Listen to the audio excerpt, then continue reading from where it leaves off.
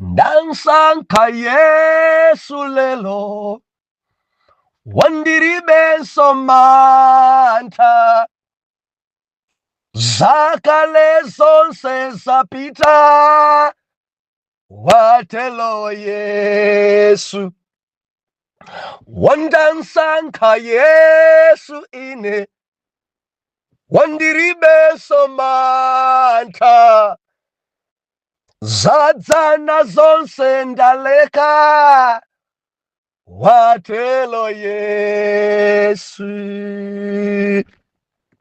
Ndiulandile nokondedwa omvera konse kumene muli, Heneleke Ichale mtumiki wanu Believer lero pa 11 August 2025 utumiki wanzimai. Subtopic today, kusankha pokhala. Mwana Mulungu, ukhale nacho chisankho wekha. Udzitha kusankha wekha. Ndikhale pati osamatsanza gulu. Mundilole bwanji tibwerere mbuyo pang'ono. Verse number 6, chapter 1 cha buku ya Ruth, verse number 6. Mawu apamwamba Naomi ndi apongozi ake awiri. Verse number 6, Bible linena kuti pamenepo adanyamuka iyeyo ndi apongozi ake kuti abwerere kuchokera m'dziko la Mowabu. Pakuti adamva m'dziko la Mowabu kuti Jehova adasamalira anthu ache ndi kuwapatsa chakudya. Atate, inu ndi Mulungu wabwino, inu ndi Mulungu wamphamvu, inu ndi Mulungu wodabwitsa, palibenso wina ofanana nanu. Tiulemekezani, tiupatsani ulemu, tilinso pamaso panu Jehova. Mutilankhule, mutiphunzitse, mutichenjeze, dzudzulani Yawe, tidzamva m'dzina la Yesu. Amen. Believer, tinasowana masiku awiri yawa kona la munda. Mwana Mulungu munda ungwa ukulu kwa mbiri. Nimanena nthawi zonse mukamati sowa pano timakhala tikuweka saidiya. Moti pali mbali ina ndikugwesa komweko sitinayambe. Believer, kuli mbali ina kusoweka, kusosa, kugalauza, kutipula, kalozera. Mbali ina ikungosoweka kudzala. Munda ungwa ukulu kwa mbiri. Tapambana, tagonjetsa. Yes, chikowarenga. Believer, pate yachitika m'mudzi mwa mphesa. Tiye ngabu m'boma lija la Chikwawa tinali ndi msonkhano wa Chinyamata, koma kunabwera azimayi, kunabwera azibambo. Tinali ndi msonkhano wabwino kwambiri. Mulungu adzilemekezanso. Dzatheka rwidzi ma intercessor mudali pa maondo. Sala kudya ndi kupembedzera kuti nkhope ya Mulungu itsagane nafe. Endi zimene Mulungu achita mwana Mulungu, Jehova achita zazikulu. Endi chosangalatsa koposa chonse ndi kusandulika mitima kwa achinyamata. Waakulu anati kuongola mtengo mpamene ukali waung'ono, mukangode mwauchedwera umenewu, mene chabenderamo sichidzaongokanso. Teni chaongola chinyamatawo. Mudziwa mnyamata wa lero atatembenuka mtima nkumdziwa Yesu, nayamba nkuyenda nkumvera Yesu, tikhala ndi dziko labwino. Kuti kungati zinthu zina zikonongeka kwambiri, anyamata wakuyuzidwa moyipa kwambiri anyamatawo. Koma mu msonkhano umenewu kumwamba kwadzilemekeza. Kumwamba pate yachitika chifukwa cha mnyamata mmodzi amene apanga chisankho kuti dziko toto bye nkubwera mu ufumu wakuunika. Mulungu adalitse nonse amene mwayima nafe potipempherera. Mulungu akukumbukireni, akukwezeni. Mulungu akudalitseni ndi zisomo za Yehova zikhale pa inu lero ndi kunthawi zosatha. Haleluya. Believer, tiupitiliza kufukula buku la Rute pamene ife tikuonamo utumiki wa mzimayi. Mwana Mulungu, potsazika na sabata yatha timanena kuti kunena mosa pyatira. Ndinako kutsimikizika mtima kuti sabata yatha mwana Mulungu tanenepa tadalitsika kunena mwatchutchutchu mosabisa chichewa, kunena mopanda mantha ndi zimene zikusowa. Kudai ngati zinthu zina zikuvura, anthu mukumanena mozimbaitsa, mukumanena mobisa mawu. Zufunika kunena mwatchutchutchu, kunena mosaopa, kunena mosapyatira. Zambiri zaonongeka chifukwa cha kupyatira kwa mawu. Nenani kadzipweteka, nenani choonadi chinenedwe, nenani andisangalatsa mzimayi uyu. Mzimayi sakubisa chichewa. Mzimayi uyuyu Naomi adauza pongo zake Orpa ndi Rute, ananga ndiupita kwathu, inu pitanunso ni makomo mwa amani, ndikuwafuninanso zabwino, kumwamba kukuphimbeni. Mulungu akukomereni mtima, mupeze mpumulo, mupeze amuna abwino amene akhoza kukusamalani. Ndi mabanja mukapeza mwagonjere, mwamvere monga mudachita ndi ana anga, muchitirenso limodzi amene mudzakwatiwe nawo. Mzimayi uyuyu aundidalitsa kwambiri fa sakubisa chichewa. Gawo lina tinaona ife last week kuti mzimayi akuamasula, akuapangalirisi. Pitani mukakwatidwe, mupezenso amuna ena, ana anga apita, pitani. Haleluya. Pamene ena kuti amasule mpongozi, kukanika. Ndimafuna ndilize pherere, masuleni mwana wanzanu, masuleni mwana wanzanu. Ndikuti masuleni, kukhale kufuna kwake kuti sindikwatidwanso, kukhale kufuna kwake kuti ndikhalabe nanu, kukhale kufuna kwake osati kumuonetsera nkhanza. Chifukwa pali dzazibambo zina, pali dzazimayi zina, pali dzimasista zina zoyipa. Aini mwaoneka kuti blaza wathu mmangokhala naye, simumankonda ya, simumankonda, ndipo dzionera ngati pa imfa yachecha iniyo mudatengapo mbali. Chavura nchani?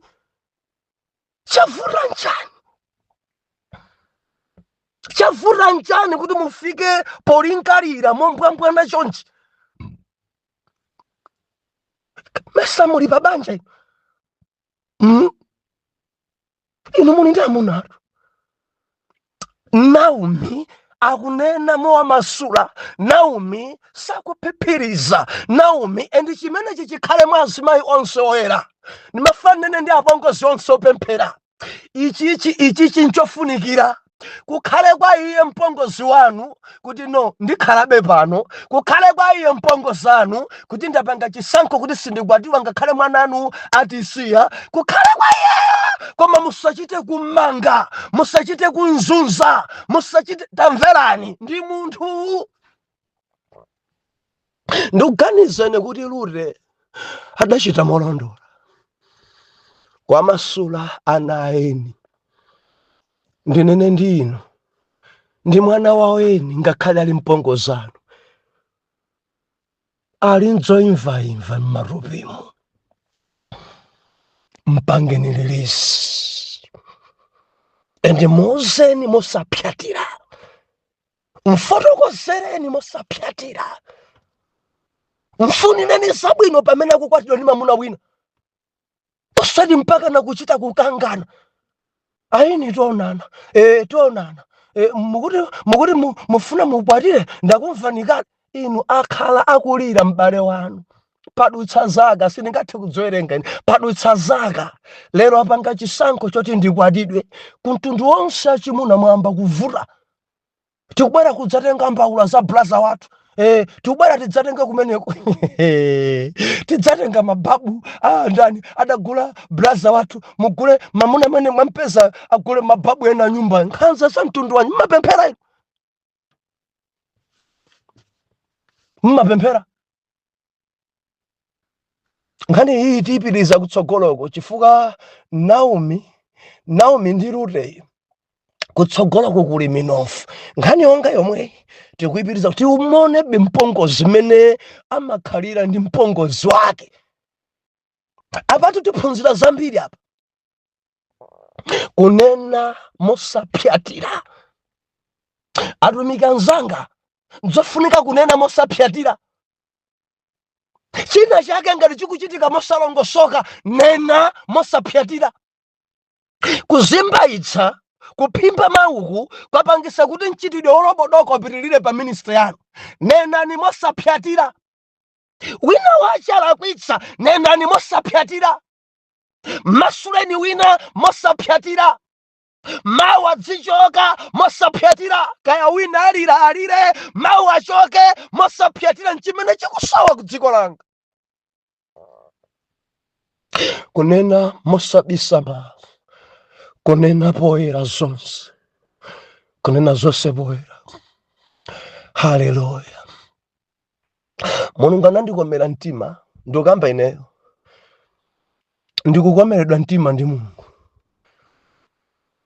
ndili ndi ana mbiri koma chimene amandidziwa nacho ndadati sanena mopyatira sinimapyatira haleluya ena amabwera dati ena so amapita chimene chimapangisa kupita ndi mawu haleluya osapyatira osabisa chichewa tinonse osabisa chichewa anthu adziwe choonadicho adamasula koma bale adamasula tidaiona wiki atha kwamasona kuti mukuti mupite ndine inu mupite mukesa kuti amuna kumeneko mukundikakamira ndine m'bale wanu kapena mugalusa kuti mulina ndingabale ndakalamba atini ndilibenso chiyembekezo chokwatidwa olo nditati ndikwatidwe ngwitenga mimbayo mungadikirire mwana ndi m'bale akhale m'mimba manga miyezi 9 adzakhalebe kuti paduse zaka 30 mungadziletse pitani makomo mwa amanu pitani mukapeza amuna ena kunena mosapyatira kunena poyera kunena mwachuchuchu kunena mopanda mantha adanena Naomi mzimayi uyuyu tikuona utumiki wa mzimayi kuti sapyatirayi mzimayi sapyatirayi haleluya wina wacha danduza oh haleluya wina wacha danduza adanduza ndifuna ndikhale free ndifuna nditumikire pa group basi kuchalichi ndikusiya zakuti kuchachi ndikusiya zakuti ndifuna ndikhale free pa mkati wamwe nditumikire pamene amayi kunena mosapyatira mukangokana maudindo kuchachi kwanu kunonso kukuchosani maudindo fuka mkati wamoyo simpingo ye minister chabe tufuna aliyense zichokera kuchachi kwaje zimene akusitenga pa mkati wamoyo pano morodzika yaka machalichimo mukhala udalilika machalichimo ananga ni mausa choncho moto mene kuyaka pano mukayatsenso kuchalichiko wakamati mukuyamwa kuti ne mukauza tikuyamwa kwakuti koma kamati kuchalichiko sinitumikirako ndisitumika pa group pakuwa tikuchosani poni kunena mosapyatira full time mutumikira bwanji pa group anu alensale kunyumba kwacho kuti full time ufuna utanipo nadzimapweteka zimenezo kadzimpweteke wina koma kunena mosapyatira haleluya nenani mosapyatira simumapanga pada nenani mosapyatira simumavulira aliyense, nenani mosapyatira. Mudapanga chisankho chomtumikira Yesu, simupanga phada. Awuse nanthu fatena mathaku kulonda kuti mwina mwachi akaruba kutsogolo kwa dzamba kundivulira. Nene mosapyatira kuchiphada sinimapanga. Kaya khalabe, kaya apiti. Koma utanena chonadi. Utanena mosapyatira. Hallelujah. I believe in the Glankola. China chache kwa wina. Kunena mopipiriza mobisa mawa zidza kuvurani. Mawa zidza kulondani. Nenani mopanda manthalero. Nenani mochita kwa masula. Nenani poyera. Nenani mosabisa chichewa. Nenani mwachuchuchu. Hallelujah. I believe Sabata yatadalitsika kwa mpiri. Lelo tikunena kuti kusankha pokhala. Kusankha pokhala. Believe atachita kubwerera. Verse number 6. Naomi pochoka ku Bethlehem kupita ku Moabu. Sichidali chisankho chake. Sichidali chikhumbo chake. Adapita chifukwa cha mamuna. Adatsatira mamuna maganizo ake. Napita kumene kuja mpaka na zinthu zidasokonekera. Nafika moyo uja pawesi. Mamuna kumwalira, ana kumwalira, mzimayi adalira. Chidali chokhudza komanso chamvesa chisoni. Verse number 6, Bible nakuti mzimayi uyu adasankha pokhala. Ndidabwera pano chifukwa cha amuna anga sindikuyeneranso kukhala pano. Mzimayi adasankha pokhala. No, ndibwerere ku Bethlehem. Sindikukhalanso Moabu. Senenso membala wa Moabu. Senenso citizen wa Moabu.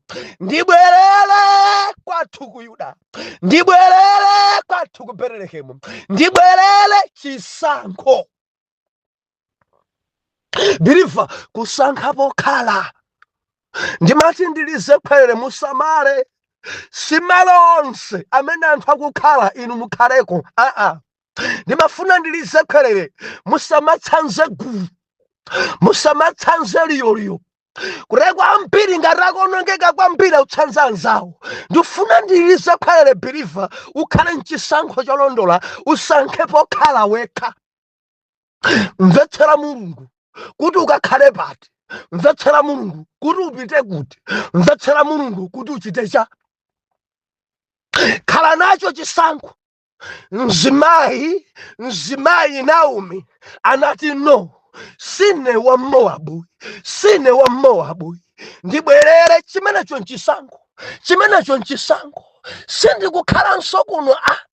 Amene adandipangisa ndikhale kuno adisiya. Sindikugoneranso chaka chino kuno ayi. Amene adandipangisa ndibwere Moabu wamwalira. Ananga amwalira adali mchisankho. Ndibwerere. Ndimafuna ndijenjeza mayi. Mukhale nacho chisankho. Chikhale nacho chisankho cha malo okhala. Umafunika uchite kuwasankha. Osati wina kuchita kukukankha kuti pita ukakhale konko. Ayi. Nditsindike pamenepo. Malo mudziasankha. Okaneda umvera. Musankhe gurupu imene mukufuna kukhala. Osati wina kukumirizane. Koma chisankho chanu kuti ndikhale pano ndifuna kuti ndinenepe. Pakhale chisankho choti mwachita kusankha inu kuti ndikhala pano. Tili madzana Mulungu. Chifukwa pali zina zimene adatikapo ni makolo. Ena tili muzipembedzo za makolo. Tikulambira mafano foti ndi makolo tidabadwa pano funso nkumati inu mukumvapo ameni. Inu mudalitsikapo. Pamalo pamene muli kadakuyikanipo ni ndani, kamudachita kubadwa pompo, ndimafuna ndinene mulibe chisankho chanu. mudalisikabe ndi pamenepo mukumvabe ameni. Haleluya. Ndimafuna ndinene ichi, zotheka ndithu kuti makolo adakupangisani kuti mukhale pamenepo. Ngati mukumvapo ameni, khalanipo nibe. Koma ngati ameni palibe, ndibwereze pano. Ngati ameni palibe pamenepo, malo akuyamwani. Nthawi ndimatumikira choncho, muzisamala ndi malo. Malo amakhoza kukupangitsa kuti chauzimu chako chikule, kapena chauzimu chako chitsike. Malo amakhoza kukupangitsa kuti maloto ako akhale abwino. Malo amakhoza kukupangitsa kuti nawo luso lako la machitidwe a zinthu ikwere. Malo amakhoza kukupangitsa kuti business yako iziyenda bwino. Malo funso nkumati muli malo abwino? Malo amene muli mudasankha ndinu? Malo amene muli kodi pali mtendere? Malo amene muli kodi dziuyenda? Malo amene muli kodi chauzimu chikukwera? Malo amene muli kodi simukuphako zinthu? Naomi adaona pa Mowabu kuti padamphera mwamuna. Naomi adaona pa Mowabu padamphera ana awiri. Naomi arangona zimene zidapanga chisankho chosintha. Ngati zinthu zina zikufapo m'bale, sankha malo ena. Ndibabwereze papweteka. Ngati zinthu zina zikufa, tasankhani malo. Ena mudapangidwa adi chigurupu, akatatumiza zinthu nzolaula zokha. Akati anena ndi zolaula zokha. Tamverani, zimakuyamwa chauzimu. Zimakuyamwa zithunzitu izi zolaulazi zimapangidwa ku midima. Ende ukangoti waonera chimakuzunza chithunzi, chimakuzunza ngati supemphera mpaka na miyezi. Chithunzi chikukuzunzabe m'maganizo, chikhoza kukuyamwa nthawi yopemphera. Ino amene mmakonda kuonera zolaula, tamverani, dzikuonongani mu chauzimu chanu. Endi malo amenewo una kuti usamuke. Ena zadzadza m'mafoni mwanu zithunzi zoyipa, tamvera, tadzipanga delete. Omvera, ndine mulendo kwambiri pa Facebook. Mwina ena mwandipempha kalekale kuti ndikhale nzanu ku Facebook kuti mudzitha kuona masevesi ena amene tikutumikira live. Koma zimandivuta fa ndine mulendo ndikuphunzirako kumene. Koma zimene kuti ndifike ndipange anthu ndiavomereze kuja zimene zikuoneka kumeneko, pena ndi machoka ako nsanga kuli zithunzi zoyipa. Timakomede tinatake timene atipanga kumene kuja, timakomede toyipa tokupangisa ngati susamala, ngati chikhope chako nchochepa. Facebook ikhoza kukuyamwa mpaka na kukusakaza. Chifukwa pali timakomede tinatooneka kuti ungamzembe bwanji mamuna wako, ungamzembere bwanji mkazi wako. Zoyipa. Haleluya. Kusankha pokhala.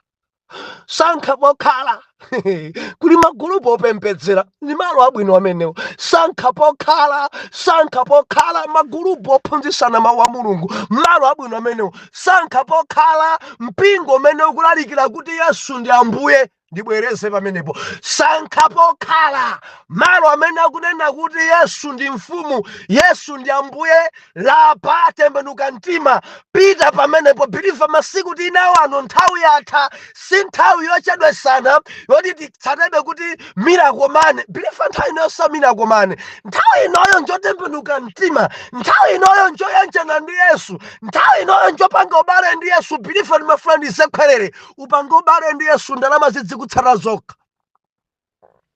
Koma ngati maso ako akhala mwamwamwa pa ndalama, udzifufudza kwambiri ndalama,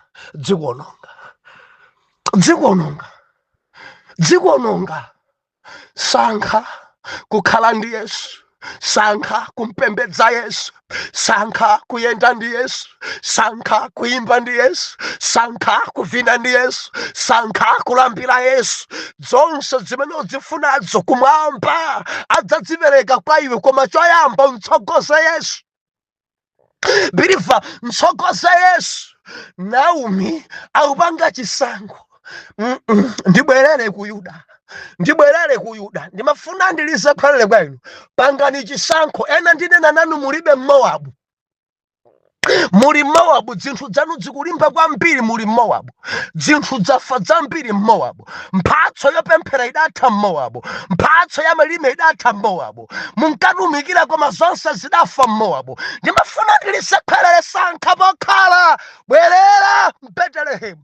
Bwerera ku Yuda wako. Bwerera kwa Yesu wako. Masiku ano si masiku okhalabe Mowabu. Bwerera. Bwerera. Zofunika kusankha pokhala. Mwanamu, sankha pokhala. Dziko nthawi sili mbali yathu. Masiku ano ndi masiku opita kwa Yesu basi. Ine ndasankha kuyenda ndi Yesu. Oh haleluya. Oh, ine ndasankha kuyenda ndi Yesu. Believer, sankha kuyenda ndi Yesu. Sankha malo amene ungacheze. Sankha malo okhala. Ndikukamba ndi ena mudzisankha malo. Enanu mabwerera mbuyo chifukwa cha anzanu ocheza nawo. Sankha malo okhala. Mukamapita mbali ineja zimene mumakambirana zombwembwene zokha tamvera. Sankha malo okhala. Sankha malo okhala. Ena maonongeka kwambiri ma fellowship mu. Sankhani malo okhala. Tasankha malo okhala. Ena chipembedzo chidakuphani. Ndimati ndilisekhwelere. Sankha pokhala. Ngati china chache chikufa pakati panu, chokanipo. Koma ngati zonse zili bwinobwino, ndichite chotsindika apa. Abusa chala lina kuti mpingo umene ndi uchoke. Abusa chana ndipange left pano. Ngati china chake chikufa uli pompo, tamvera, ukakhalabe akumaliza.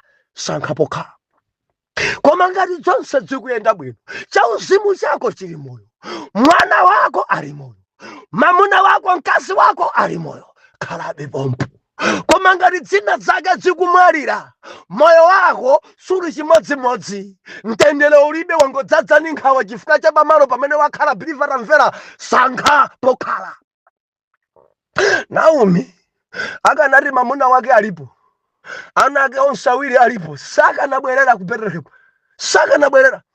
And the period ya 10 years mamuna kumwalira, ana kumwalira, pomapaso kubwerera, adamva kuwawa. Zidali zokhudza kwambiri.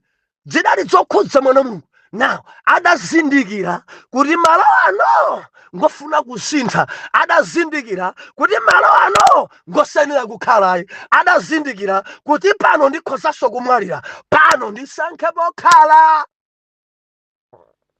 Sankhani pokhala. Ndibwereze motsindika. Sankhani pokhala. Onga Naomi. Sankhani pokhala. Bible nakuti adamva kuti Jehova wasamalira anthu ake Betelehemu, mbumba ya Chiyuda. Adachita kumva kuti chakudya ku Betelehemu ndi mbwembwembwe. Adachita kumva kuti dzanja la Yehova kuchinjiriza mbumba ya Chiyuda. Adamva zimenezi. Adasankha pokhala. Believer, bwanji kutseka makutu zinthu kuzimva zabwino. Bwanji ukoneka ngati sukumva pamene ukumva za chisamiro cha Mulungu ku mbumba ya Chiyuda. Bwanji ukumisabe mtima kukhalabe ku Mowabu pamene zabwino zikuchitika mu Betelehemu. Bwanji uchimwa kubwerera ndi kusintha malo. Usakala akusasantha, akubabada, akusakaza konko. Elimeleki maloni ndi kiloni ngati apita, watsala ndiwe. Ukaomabe mtima kuti ndikhalapo mpano betamvera akuthyola, akulikwira, akumeza wa moyo. Ndimati ndilisekhwelere sintha malo. Ndimati ndilisekhwelere bwerera ku Yuda. ndilizekhwerere pamenepo mvula lapo akuononga. Sankha pokhala, sankha pokhala pamene chamkati mwako chingakule. Sankha pokhala pamene mphatso zako zizisungika. Sankha pokhala pamene ana ako adzikula bwino. Sankha pokhala pamene banja lako lizikhala pa mtendere. Sankha pokhala pamene utumiki ukupita chitsogolo. Ndimati ndilizekhwerere. Sankha pokhala business yako idzakwera. Sankha pokhala mtendere wa banja udzakula. Sankha pokhala ana ako adzakula molongosoka. Sankha pokhala koma pamenepo ziana zako aziphunzitsa ufiti. Tamvera, sintha malo, sintha malo. Zofunika sankha pokhala. Naomi adati no, ndiupita. Bye bye Moab. Adasankha pokhala, adasankha pokhala.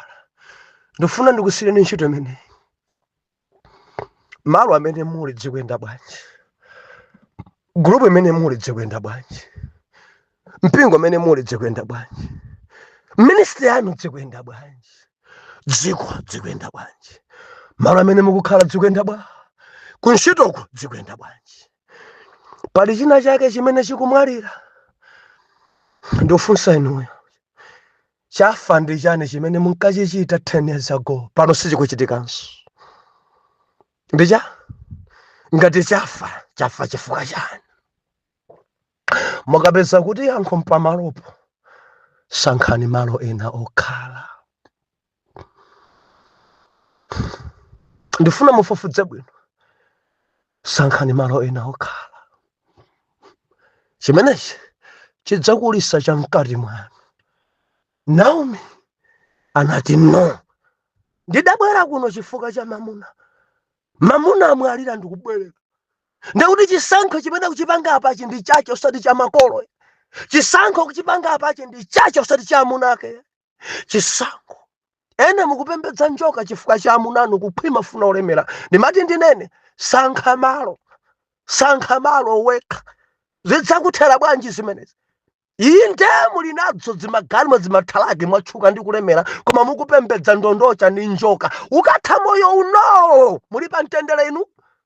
Sankha pokhala.